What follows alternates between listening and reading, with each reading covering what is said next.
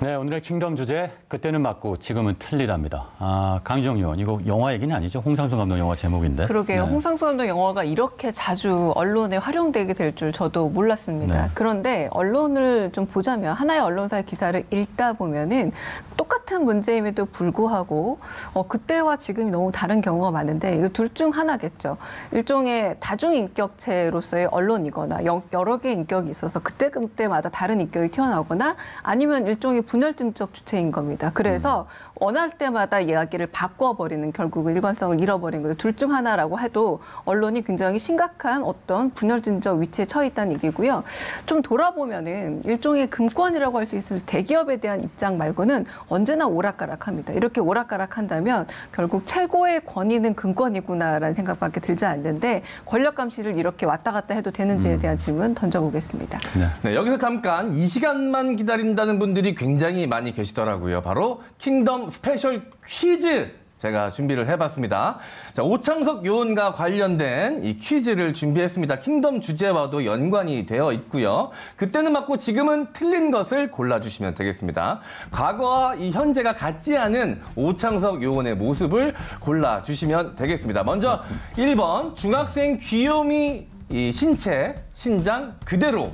자, 보시면 최근에 찍은 사진인데 별로 높지 않은 의자에 앉아 있는데도 발뒤꿈치가 상당히 지금 지면에서 떨어져 있습니다. 자, 과연 이것은 그때와 지금은 어떨까요? 자, 2번입니다. 금배지를 향한 뜨거운 욕망, 아직도 그대로일까요? 예. 자, 그때는 맞고 지금은 틀린 것을 골라주시면 됩니다. 자, 3번.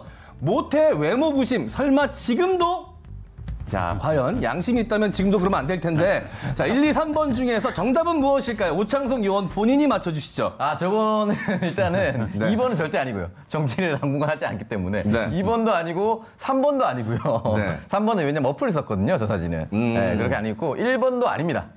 왜냐면 네. 중학교 때에 비해서 무려 35cm 성장했습니다. 그래서 지금 무려 165cm를 그럼 결과적으로 폭풍 성장하신 거군요. 폭풍 성장했기 때문에 1번도 아니죠. 네. 폭풍 성장했습니다. 네. 모두 틀렸습니다. 그래서. 그렇군요. 알겠습니다. 일단 1번은 오창석 요원 본인이 아니라고 하니까 그렇고요. 자, 2번은 제가 옆에서 지켜본 바, 과거에는 이제 명예욕에 눈이 멀었었는데 요즘에는 지금 돈에 눈이 멀어 있는 것으로 알고 있습니다. 그렇기 때문에 맞지 않고요. 자, 그리고 3번. 저는 제가 봤을 때 그대로인 것 같습니다. 요즘 시시때때로 셀카 찍는 모습을 제가 많이 보거든요. 그래서 제 생각에는 3번은 맞지 않나라는 생각이 좀 듭니다. 네. 제가 보다 보니까 참 정치라고 하는 게, 정치를 했더니 지금 확 나이가 든 것 같은데 아닌가요? 네, 맞습니다. 그때는 잘 먹고 지금은 더 늙었다, 이런 게 아닌가 싶기도 합니다. 자, 공무원 피격 사건과 관련해서 지난 9월 28일 날 강민석 청와대 대변인이 서면 브리핑을 했었습니다. 이게 굉장히 중요했는데요. 외신과 일부 언론 보도를 비교한 내용도 있었습니다. 일단 한번 그 내용부터 정리해 주시죠. 네, 북한의 공무원 피격 사태 대응과 관련해서 비판에 직면한 청와대가 이 외신과 보수 매체 보도를 비교하면서 반박한 내용이 있습니다. 자, 알려드리도록 할 텐데요. 문 대통령의 대북 메시지 이후 김정은 국무위원장의 사과가 담긴 통지문이 이례적으로 신속하게 도착했다라는 점을 강조하면서, 외신은 북한 지도자가 특정 이슈에 관해 남측에 사과하는 것은 극히 이례적, extremely unusual 이라고 보도를 했고, 미국 국무부 대변인은 이는 도움이 되는 조치라고 평가를 했을 정도라고 의미를 짚었습니다. 그러면서 이 강 대변인은 반면 일부 국내 언론의 접근을 보겠다라면서 조선일보 보도였습니다. 이 만행이라더니 김정은 미안 한마디에 반색하고 나선 문정부라는 제목의 기사였는데요. 이 기사를 대표적인 사례로 꼽으면서 일부 국내 언론의 보도를 비교를 했습니다.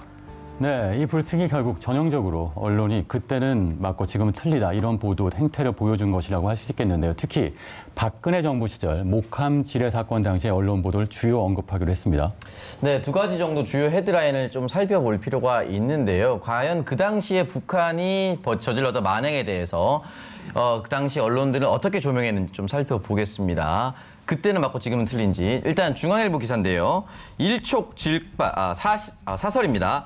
대화와 타협이 남북한의 파국을 막았다라고 적어놨고요. 조선일보 헤드라인 같은 경우는 남북 일촉즉발 위기 속에 박 대통령의 원칙 고수 승부수가 통했다라고 이야기를 남겼습니다. 지금과 비슷한 상황임에도 불구하고 당시 정부를 두둔하는 모습, 정부가 잘했다라고 헤드라인을 쓰는 모습이 사뭇 다르다고 볼 수가 있겠죠. 자, 강유정 의원, 이게 왜 이런 겁니까? 기억이 안 나는 겁니까? 과거가 기억이 안 나는 걸까요? 네. 기억은 나겠죠. 네. 무엇보다 좀 더 이렇게 본질적으로 파고 들어보자면 대북 문제에 대한 전문가가 우리나라 언론사에 전무하다고 봐도 무방합니다. 전문가가 없기 때문에 결국은 이 몇 마디의 말 가지고 이 말을 어떤 식으로 수사학적으로 해석하고 수사학적 위치에 놓음으로써 정치적인 활용도에만 관심이 있는 거죠. 가령 얼마 전에 김정은 이 죽었느냐 살았느냐 혹은 뭐 건강이 위기냐 아니냐라고 했을 때만 해도 굉장한 오보 대잔치를 벌였던 적도 있습니다.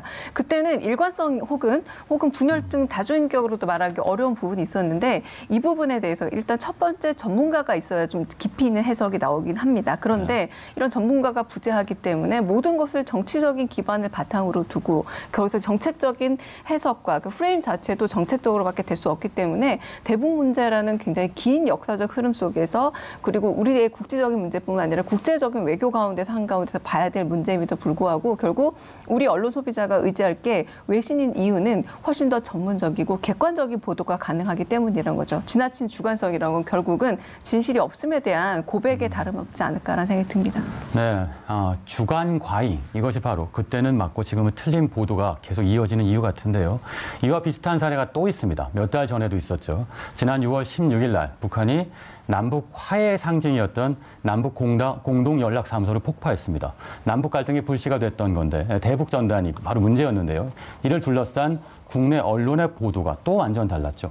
네, 먼저 중앙일보 보도를 알려드리도록 하겠습니다. 중앙일보는 사설이었습니다. 헌법상 표현의 자유와 정부의 대북 전단 금지법 발상을 조선일보는 사설, 청와대가 뭉개버린 대한민국 국민의 자존감이라는 제목의 기사를 내고 굴종, 화들짝 놀라 등 자극적인 표현을 사용하면서 정부를 비판했고요. 대북 전단 살포 행위를 옹호했었습니다. 그런데 과거엔 달랐죠. 과거 정권 때는 어떤 입장이었습니까? 네, 먼저 또 중앙일보 헤드라인을 좀 살펴볼 필요가 있을 것 같은데요. 대북 전단 살포를 자제해야 한다는 내용의 헤드라인을 분명히 사용했었습니다.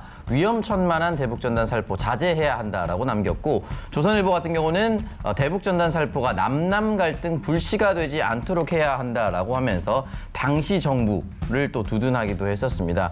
과연 이제 정부마다 다른 입장이 과연 옳은 것이냐를 따져볼 필요가 있을 것 같은데 그때나 지금이나 북한과의 관계 개선을 위해서 어떤 정부로 다 노력을 했습니다. 그렇다면은 대북전단에 대한 시각 역시 똑같아야 되는데 그 당시 정부 때는 두둔하고 현 정부 때는 비판한다는 것 자체가 말이 되지 않는 것이죠.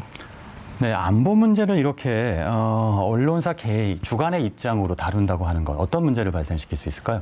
한편으로 지금 언론이 가장 비판받는 것 중에 하나는 권력 감시를 하는 일종의 기관이 아니라 기득권으로서 군림하고 있다라는 말씀 좀 전에 드렸는데요. 자, 그렇게 봤을 때 기득권으로서 대북 문제를 상수로 드느냐 아니면 변수로 드느냐의 차이가 발생한다고 하겠습니다. 결국은 이 기득권을 유지하는 데 도움이 되는 북이냐 혹은 기득권을 유지하는 데 도움이 안 되는 북이냐는 일종의 언론사로서의 정책적 판단이 워낙 앞서다 보니 결국 안보라는 결국 국가적인 문제 그리고 시민과 국민의 건강과 그리고 생명권에 굉장히 중요한 문제임에도 불구하고 늘 정책적이고 정파적인 판단만을 앞서게 되는데요. 일종의 이때는 기득권으로서의 언론이 자신의 권력을 보존하기 위해서 원하는 권력 그리고 원하는 정파적 입장일 땐 거의 치어리딩을 하고 있다라는 그런 모습을 보여주고 있는데 그럼으로 인해서 이 감시기관으로서 언론이 점차 신뢰도를 더 잃게 되는 그런 어떤 원인이 되고 있지 않나라는 생각이 듭니다.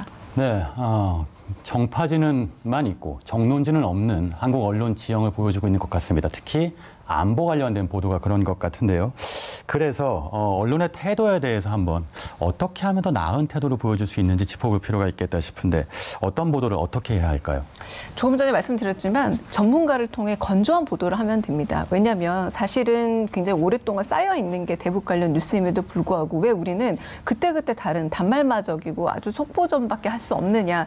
대북 문제에 있어서 가장 권위 있는 언론은 바로 우리가 돼야 됩니다. 왜냐하면 우리가 당사자이기 때문에. 그럼에도 불구하고 왜 해외 언론이 의존할 수밖에 없느냐. 바로 전문가를 키우지 않고 그때그때 정치적인 어떤 노림수만 언론이 바라기 때문이라고 생각하는데요. 지금이라도 늦지 않았습니다. 전문적인 대북 뉴스 그리고 대북 보도에 대한 태도와 그리고 기자를 마련해야 됩니다. 네, 언론은 항상 특히 안보 문제는 통시적으로 바라봐야 할 것 같습니다. 그리고 태도는 늘 일관적이어야 하겠죠. 자, 오늘 그때는 맞고 지금은 틀리다라는 주제로 얘기 나눠봤습니다. 오늘의 킹덤 어록 이렇게 제시해 봅니다. 언론 보도, 부끄러운 기록이 될 것인가? 진실의 기록이 될 것인가? 네, 여러분도 한 번쯤 생각해보는 시간을 가졌으면 합니다. 자, 여기서 강유정, 오창성 요원은 인사드리겠습니다. 두 분 수고하셨습니다.